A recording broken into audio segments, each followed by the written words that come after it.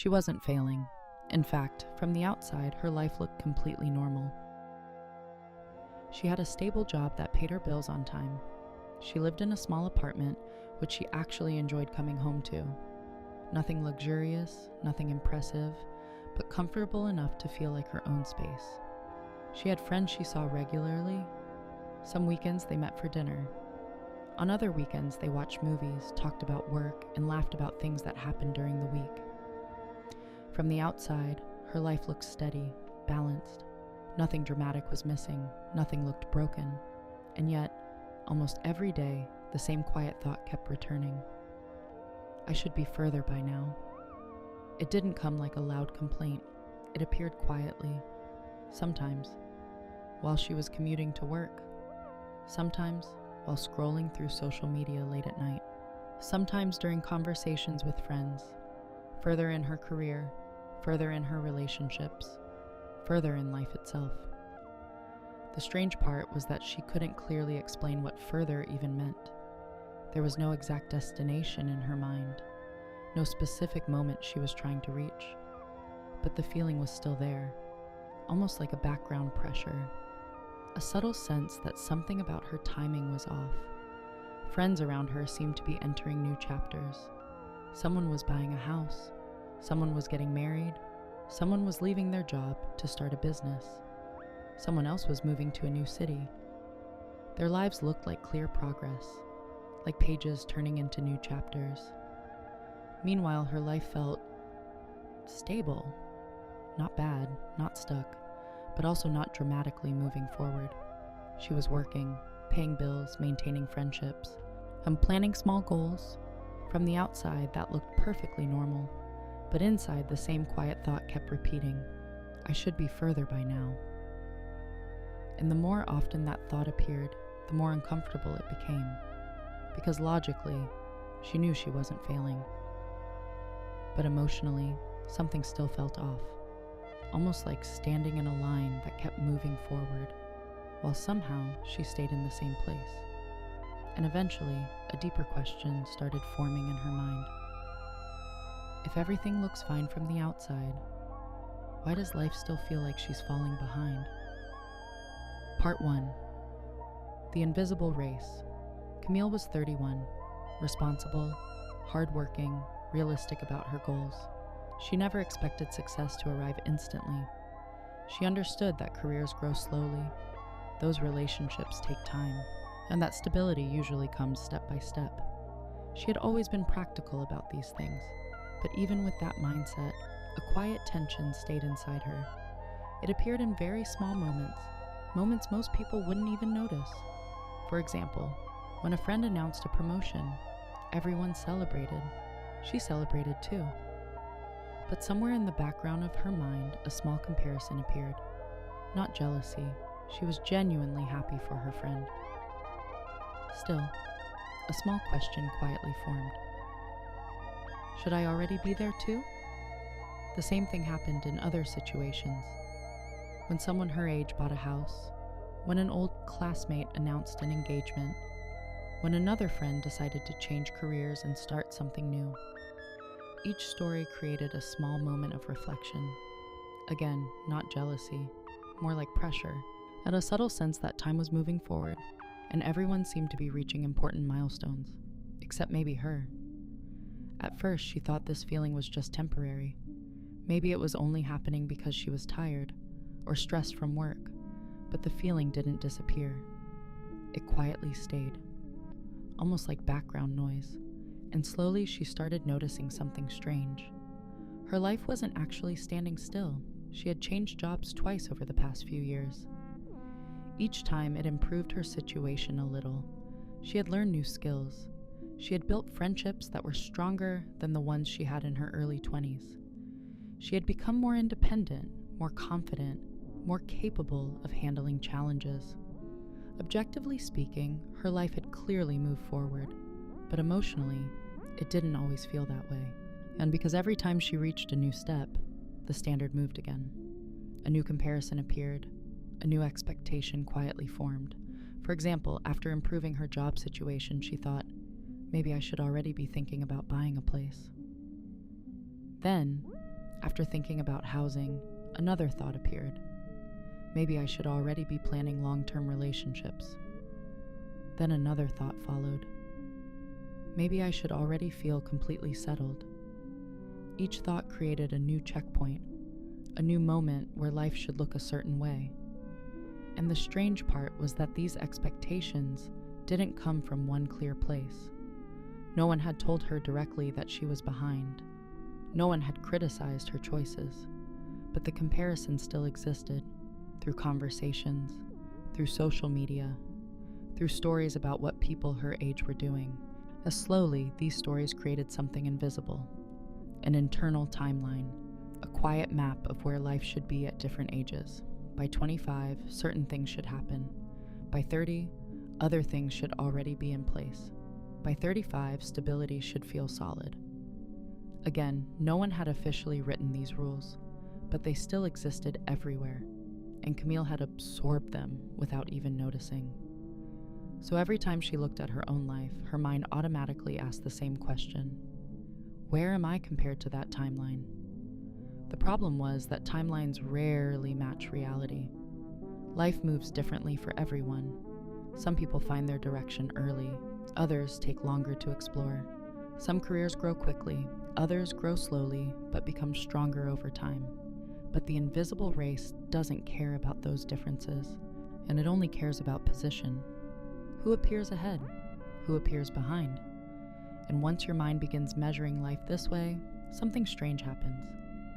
Progress stops feeling like progress, because instead of noticing how far you've come, you keep noticing how far someone else seems to be. So even while moving forward, Camille often felt like she was slightly late, not dramatically behind, just slightly out of sync. Like a runner who started a race a few seconds after everyone else, still moving, still capable, but always feels like she's trying to catch up. And the longer that invisible race continued, the more exhausting it became. Because no matter how much progress she made, the finish line kept quietly moving further away. Part 2. When progress doesn't feel like progress. Objectively, Camille had built stability, and her life wasn't chaotic. She had a job she had grown into over several years. She understood her responsibilities. Her coworkers respected her work. Her finances were manageable. She paid her bills. She saved a little when she could. She had friendships that had lasted for years, people she trusted, people she could call when something good or bad happened. By most normal standards, her life was moving in the right direction. But emotionally, the experience felt very different, because each achievement didn't bring the satisfaction she expected. Instead, something else happened. Every time she reached a new step, her mind quietly moved the finish line. For example, when she first got her current job, it felt like a big moment. She felt proud. It was a step forward from her previous position. For a few weeks, and she allowed herself to enjoy it. Then the next thought appeared: now I need to grow faster. Soon after that, another thought arrived. Other people my age are already in higher roles. And just like that, the achievement stopped feeling like progress. It became the new starting point. This pattern repeated itself again and again. When she improved her financial situation, her mind said, "You should probably already be investing more." When she built stronger friendships, her mind asked, "Shouldn't you already have a long-term relationship too?" Every accomplishment created a new measurement, a new comparison, a new expectation, and somehow, that measurement always suggested the same conclusion. She was slightly late, not dramatically behind, but just behind enough to feel uncomfortable. And the strange thing about this mindset is that it quietly erases progress. Instead of celebrating what has happened, the mind focuses on what hasn't happened yet. Instead of recognizing growth, it highlights what still seems missing. And over time, this creates a powerful illusion. The illusion that life isn't moving forward, even when it clearly is. Camille noticed this pattern during ordinary moments. One evening, she was organizing old photos on her phone. Pictures from several years earlier appeared. Trips with friends, first apartments, moments from jobs she no longer had. Looking at those pictures, something surprising happened. She realized how much her life had actually changed. Her confidence was different. Her lifestyle had improved. Her friendships had grown deeper. In many ways, she had become a completely different person. Yet she had rarely stopped to recognize that, because her mind was always focused on the next step, the next expectation, the next invisible milestone. It was like climbing a mountain while constantly staring at the peak. You keep walking, you keep making progress. But because your eyes stay fixed on the top, every step feels small. You never fully notice how far you've already climbed. That realization was uncomfortable, because it meant something important. The pressure she felt might not come from her actual life. It might come from how she was measuring it, and the way she measured life had been quietly shaping her experience for years. Part 3. The Psychology of Not Enough Yet. 8 o'clock to 11:30. The feeling of being behind rarely comes from real delay. More often, it comes from invisible timelines, unspoken expectations about when life milestones should occur. These timelines exist almost everywhere. Career success by a certain age, marriage by another, financial stability soon after. People rarely say these rules out loud, but they appear constantly in stories, conversations, and cultural expectations. A successful entrepreneur at 25, a married couple buying their first house before 30, a family starting soon after. These examples slowly build a shared idea of how life should unfold. And over time, many people internalize that idea without realizing it. Camille had done the same thing. When she was younger, she didn't think about timelines. Life felt open. Possibilities felt endless. But as she grew older, the stories around her began forming a quiet structure. Friends discussed their long-term plans. Relatives asked questions about the future. Conversations about age became more frequent. Not in a negative way, usually in a curious or supportive tone. Questions like, where do you see yourself in 5 years? When do you think you'll settle down? Are you thinking about buying a place? Each question sounded normal, even encouraging, but together, they built a subtle narrative, a story about what progress should look like at different moments in life. And once that narrative takes root, the mind begins using it as a measuring tool. Instead of simply living experiences, people begin evaluating them. Is this happening early enough? Am I too late? Should something else already be in place? Over time, this evaluation becomes automatic. It happens so quickly that most people don't even notice it. And Camille certainly didn't notice it at first. She simply felt pressure, a vague sense that life was slightly out of alignment. But when she looked closer, the source became clearer. She wasn't actually comparing her life to her own goals. She was comparing it to a timeline she had absorbed from the world around her. A timeline that assumed life followed a predictable sequence: education, career growth, partnership, stability, family. But real lives rarely move in such a clean order. Some people discover their passions early. Others need more time to explore. Some relationships appear quickly. Others take years to develop. Some careers change direction several times before becoming stable. None of these paths is wrong. They're simply different. But invisible timelines create a powerful illusion. They suggest that life has a correct speed, a correct order, a right moment for everything. And when reality doesn't perfectly match that structure, the mind interprets it as a delay. Even when no real problem exists, that's exactly what had happened to Camille. Her life wasn't broken. Her progress wasn't unusually slow. But the internal timeline in her mind kept whispering the same message. You're not there yet. You should already be closer. You're slightly late. And over time, those small thoughts slowly shaped how she experienced her entire life. Part 4. A childhood filled with future questions. When Camille began reflecting more deeply, her mind returned to something she had heard many times growing up. A simple question adults often ask. What will you become? Teachers asked it. Relatives asked it. Family friends asked it during visits or gatherings. And they didn't ask in a demanding way. Most of the time it sounded encouraging. Curious, supportive. Adults usually smiled when they asked it. But even though the question felt positive, it carried a subtle message. The present moment was never the final destination. It was preparation. School was preparation. Studying hard meant preparing for university. University meant preparing for a career. The early years of work meant preparing for something bigger later. Each stage pointed toward the next one. Life felt like a staircase, one step leading to another and another. That idea is extremely common. Many people grow up hearing similar messages. Focus on the future, plan ahead, build something stable. None of these ideas is harmful by itself. In fact, they can be helpful. They encourage ambition, they motivate effort, and they give people direction. But sometimes, they also create an unintended side effect.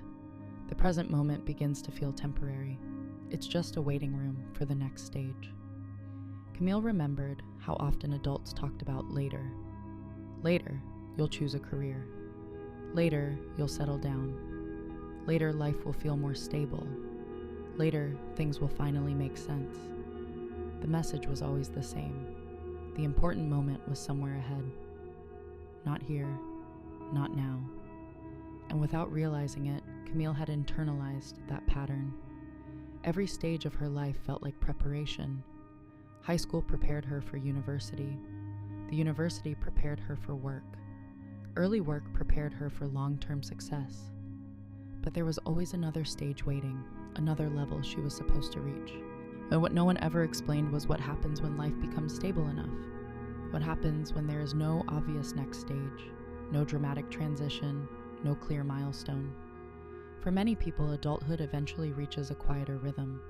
Life becomes less about big transitions and more about steady growth. But when your mind is trained to expect the next step, the next step, the next step, that quiet stage can feel confusing, almost like something is missing. Camille realized that part of her anxiety came from that exact feeling. Her life had become stable, not perfect, not finished, but stable enough to slow down. Yet her mind still expected another big step, another dramatic moment that would signal progress. Without it, she felt like she might be falling behind, even though nothing was actually wrong. And it was simply the first time in her life when the future wasn't clearly defined by a specific next stage.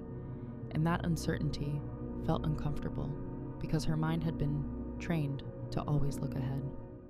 Part 5. Why her brain never felt on time. The more Camille explored these thoughts, the more she began to understand something important about how her mind worked. Her brain had learned to evaluate life using a future-based lens. Instead of asking, "Where am I now?" her mind constantly asked, "Where should I be next?" That difference might sound small, but psychologically, it changes everything.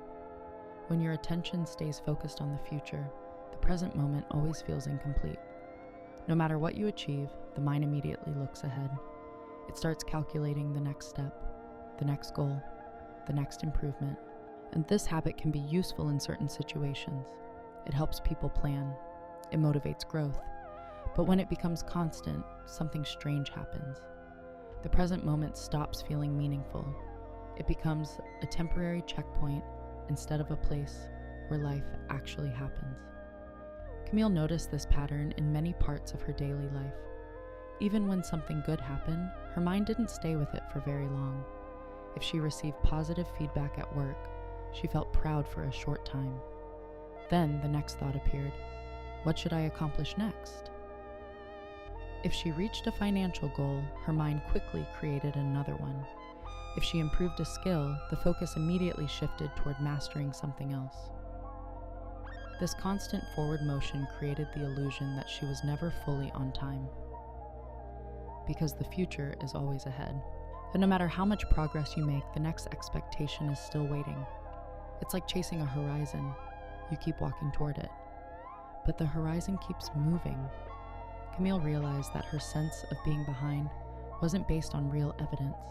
It was based on a mental habit, a habit of measuring life against a future that constantly moved further away. And because that future never stops expanding, the mind never fully relaxes. it keeps checking. Am I moving fast enough? Am I doing enough? Should something else already be happening? Those questions quietly shape how people experience time. Instead of living inside their lives, they start monitoring them, evaluating them, comparing them. Camille recognized that she had been doing exactly that. Rather than experiencing her life directly, that she had been constantly checking her position inside it, almost like watching herself from the outside. And that perspective made everything feel slightly delayed, even when things were actually unfolding at a perfectly normal pace. Part 6. The moment she questioned the timeline. The turning point came during a surprisingly simple exercise. One afternoon, during a reflective conversation, she was asked to imagine something unusual. What if age didn't exist? Not in reality, of course, but just for a moment. What if numbers attached to time disappeared? Not ignoring goals, not ignoring ambitions, just removing the idea that certain things must happen by a specific age. At first, the question felt strange, almost unrealistic. Age had always been part of how she understood progress, but she tried to imagine it anyway. And if age didn't exist, what would change? Would her career still matter? Yes. Would relationships still matter? Of course. Would personal growth still be important? Definitely. But something else shifted in her thinking. The urgency softened. The pressure around timing began to fade. For the first time, she considered the possibility that life might not have strict checkpoints. Maybe goals could exist without deadlines attached to them. Maybe progress could happen at different speeds. Maybe some chapters of life naturally take longer to unfold. She sat quietly for a long moment. Then she said something simple but surprising. I think I would feel calmer. She paused again, then continued. Like life isn't a race anymore. That statement revealed something important. She had never actually questioned the timeline itself, and she had only questioned her position inside it. She assumed the timeline was correct, and that she was the one slightly out of place. But what if the timeline was never fixed in the first place? What if it was simply a story she had absorbed over time? That realization shifted something fundamental, because once the timeline became flexible, her sense of delay began to lose its power. Part 7. Learning to experience time differently. After that realization, Camille didn't suddenly abandon her goals. She still wanted growth. She still cared about her future, but she began approaching time differently. Instead of asking herself the same old question, am I where I should be? She experimented with another one. What is actually happening right now? At first, this question felt unfamiliar, and her mind kept trying to jump forward, trying to calculate the next step. But slowly, she practiced bringing her attention back to the present stage of her life. What was already here? What was already working? What had already changed over the years? She began noticing things she had previously overlooked: her independence, her ability to manage challenges, the strength of the friendships she had built, the skills she had developed in her career. None of these things had appeared overnight. They had grown slowly, often without dramatic milestones, but they were still real forms of progress. The difference was that she was finally experiencing them, instead of constantly measuring them against someone else's timeline. That small shift reduced something powerful: comparison pressure. She still noticed what others were doing, and that was natural, but their choices no longer felt like deadlines she had to follow. Their lives were simply different paths.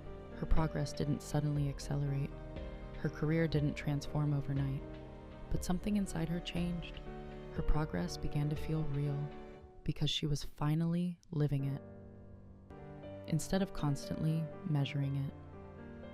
Months later, Camille described the difference in a very simple way. I still have goals, but I no longer feel late to my own life. That sentence captured something many people quietly experience. Some people don't feel behind because they are actually behind. They feel behind because they inherited a timeline that was never truly theirs. A timeline built from expectations, comparisons, and cultural stories about how life should unfold. But life rarely follows one single schedule. Some paths unfold quickly, others take longer to reveal their meaning. Neither one is wrong. Healing doesn't come from racing to catch up. It comes from recognizing something much deeper. Life is not a competition with fixed checkpoints. It's a personal journey that only makes sense when you stop measuring it against everyone else's clock.